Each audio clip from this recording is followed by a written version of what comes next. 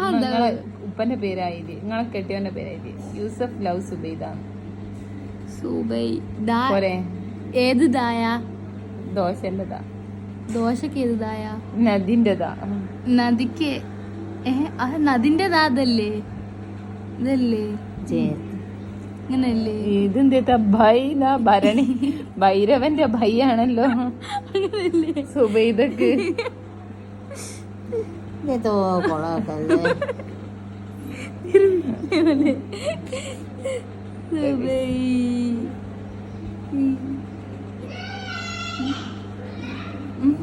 Subaida